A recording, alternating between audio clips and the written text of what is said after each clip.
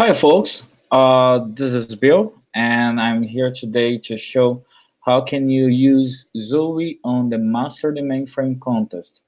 And what is Zoe? So let me just give you a brief introduction about Zoe.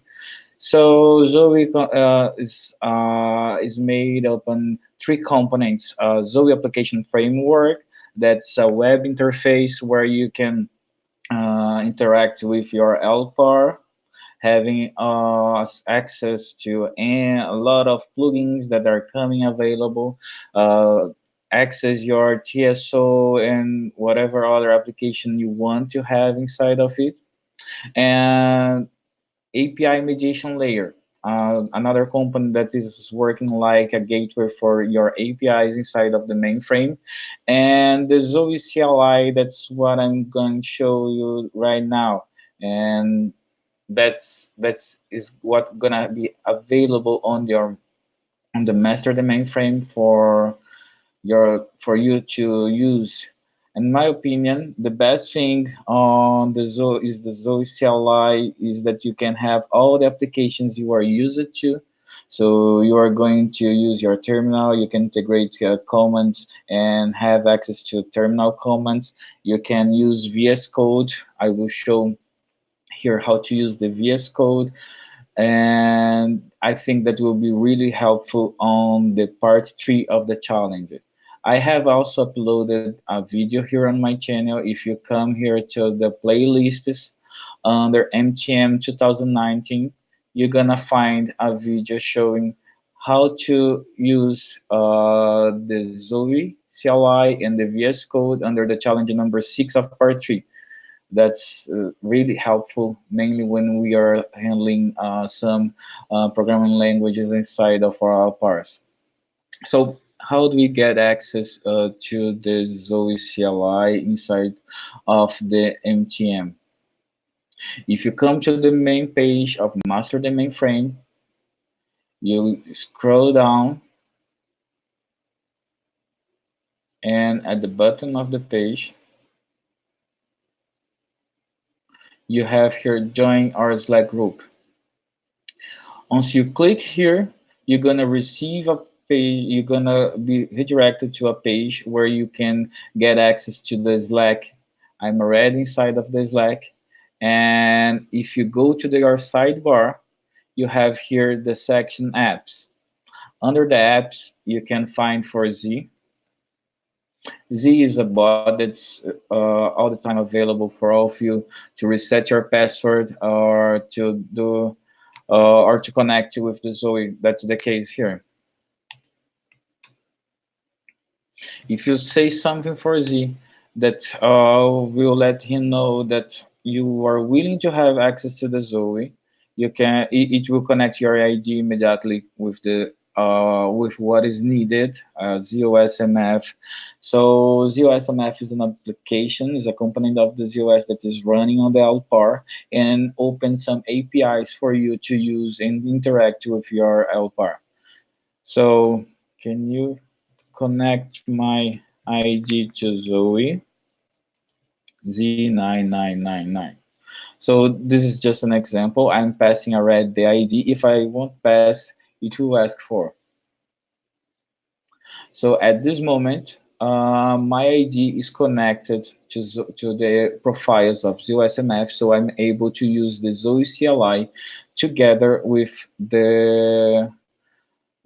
all the tools I want. For example, ZOSMF, for example, my terminal, my VS Code, and how I will enable that.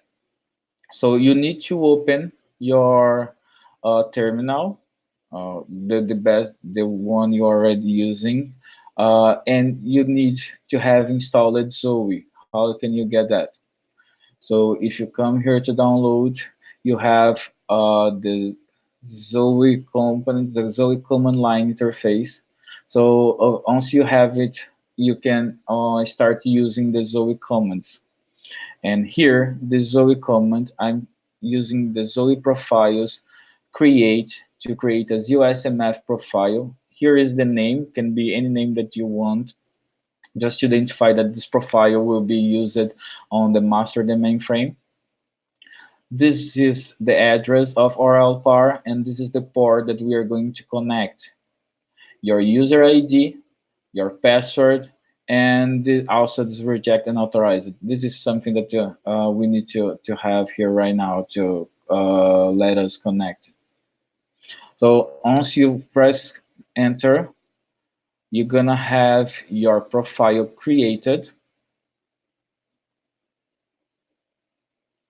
So with the profile created, you are able to go to VS Code. On the VS Code, you can find the Zowe extension into the marketplace. I have it already installed on my machine. Once you have it installed, you're gonna be able to see this symbol here at the sidebar. This is the Zowe extension. How can you use that? The Zowe extension here on VS Code will let you access the data sets, your USS files, and your jobs on SDSF. Under the datasets, you need to click on this add button to add your profile. I have it already, so when I click here, I can choose the profiles that are available. So these are the profiles I have yet to add. I have already added something, so I will close it.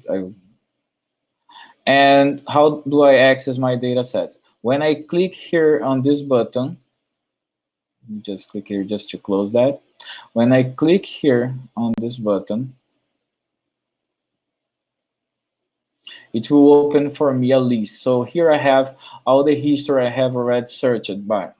So if I want to specify a new one, I will click here, specify filter, and I will type all the data sets that I want separated by a comma, and that will show me the data sets that are inside of our LPAR. So from here, I can access any data set, and I can use and I can edit them through here. One good thing that is possible to do, if for example I select something here and I press some I mean on Mac is Command Shift L. So for example, I can edit both. So you see my on my screen, it's going to the right side. So I can edit multiple things. I can have it highlighted the language. For example, this is JCL. So I can have it highlighted as I want.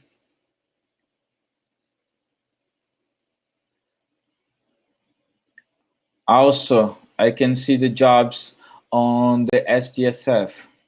So for example, I will add the profile here for MTM.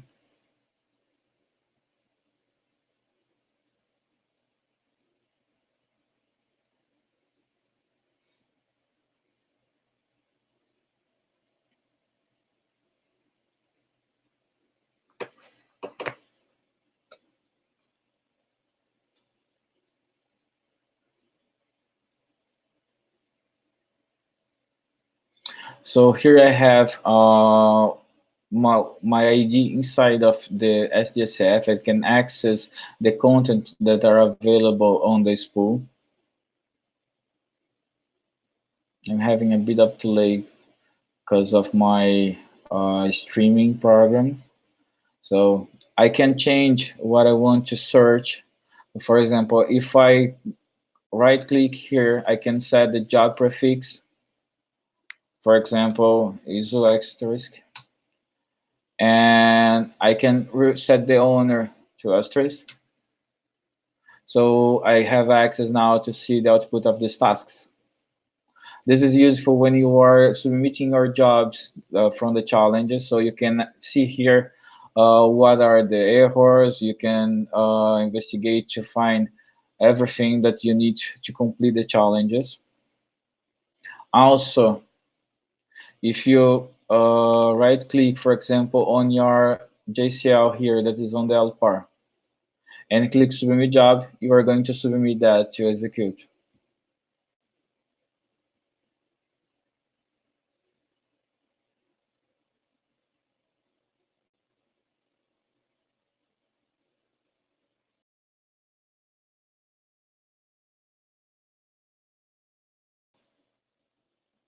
This is what I was planning to show for you. So you are able to use the Zowe CLI and have fun.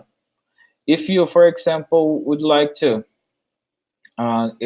try the Zoe desktop and the other components, you can have access to a trial system through developer.ibm.com. This is the link. I will add this link and the link for the video with part 3, challenge 6 on the description of this live after the event closes.